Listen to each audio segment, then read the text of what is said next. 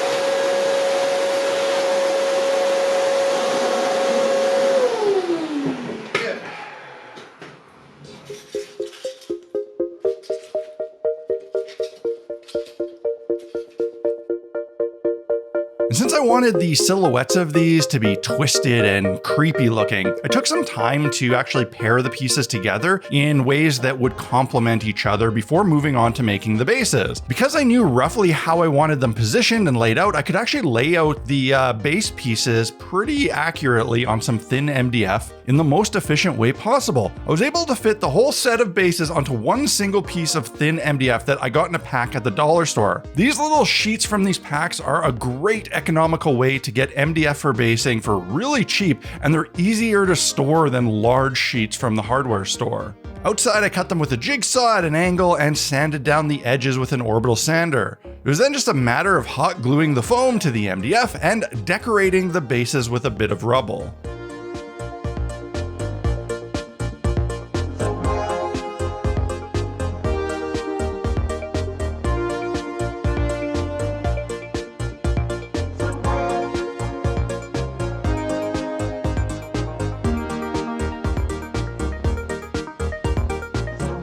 The foam carving was looking pretty awesome, but it was kind of fragile. I didn't want to do the Mod Podge coating to stiffen them up. Instead, I took inspiration from my friend Eric from his latest build on Eric's Hobby Workshop and used a heat gun to slightly melt and harden the exterior of the foam. I've used heat guns on foam quite a bit, but it's not something I normally do to think to use it on such delicate textures. The heat gun can very quickly melt and smooth out a huge amount and just like ruin your carving. But after a test, I was really happy to see that if I took a lot of care, I could do this very delicately and get amazing results.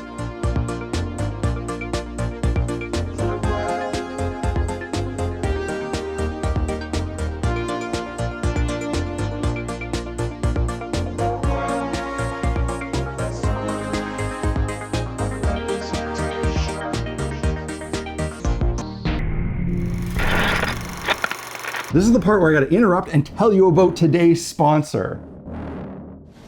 White Werewolf Tavern makes fantastic fantasy miniatures for home resin printing. Through their Patreon each month, they release a set of 32mm scale models and Dungeons & Dragons 5th edition stat blocks. They also include display pieces for painting and 75mm models as well as busts. For September, our heroes have gone through an ancient portal to find an epic final battle between the World Enders and the human resistance. The release features things like succubi, human militia before and after battle, as well as a healthy variety of other devils. The minis can be used with the included Advocates of the End one-shot adventure, or just dropped into your own homebrew game. I myself printed and painted a build plate full of these pre-supported models, and they were an absolute pleasure to paint up in an evening. September is also White Werewolf Tavern's first anniversary, so to celebrate, they will be adding an anniversary pack of 10 throwback classic style minis. And everyone will be able to get a 60% off discount on their My Mini Factory store from September 8th to the 20th by using the code in the video description. Plenty of bonus treasure awaits subscribers in their welcome chest, and they will be rewarded after 2 consecutive months of subscribing with an Epic King Eonkar miniature in multiple scales.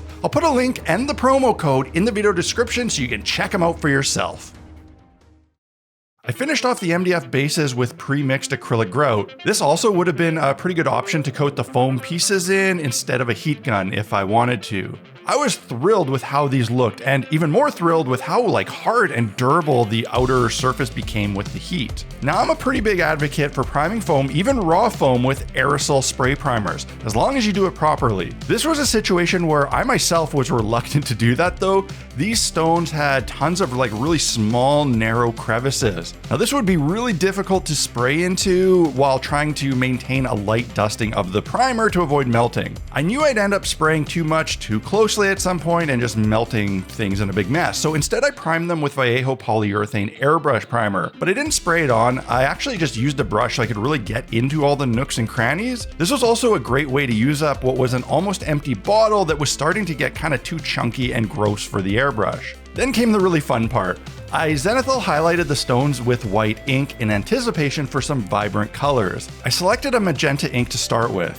And while that's not the color I was going for in the finished product, it's just such an amazing, vibrant punch of color that would turn into a really great blended purple, later when I went over it with some blue. With this color, I focused on the lower portions of the shapes, as I wanted the purple to kind of just make up the shadows and the lower floor section, and the blue to make up the highlights. Then with a really rich, vibrant blue ink, I just sprayed it all over, and it really looked great. It made super nice highlights and turned the magenta into a beautiful dark purple. This paint job was in no way complicated or difficult. It didn't really take that long, but the reward was huge. These were turning out exactly how I hoped they would. Now, the ink made them a little glossy, but other than that, they looked brilliant. But I wanted that texture to stand out just a tiny bit more, so I did a very delicate and careful dry brushing of a cool light gray, one that had some blue undertones to it. Then I wanted to make the ground section of the bases match the bases from my minis that I painted earlier.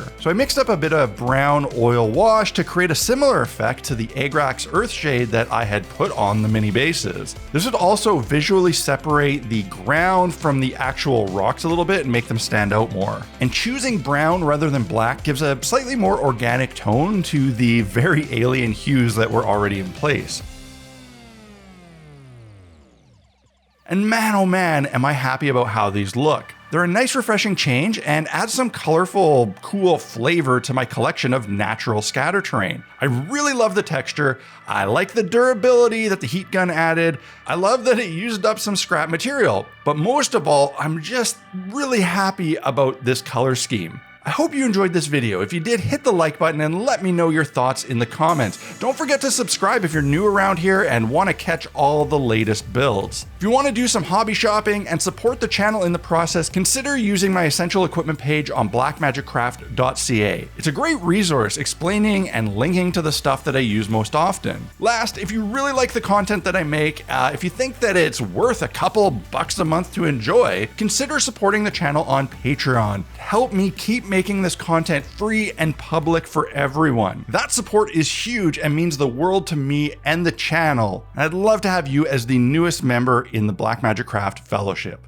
Cheers.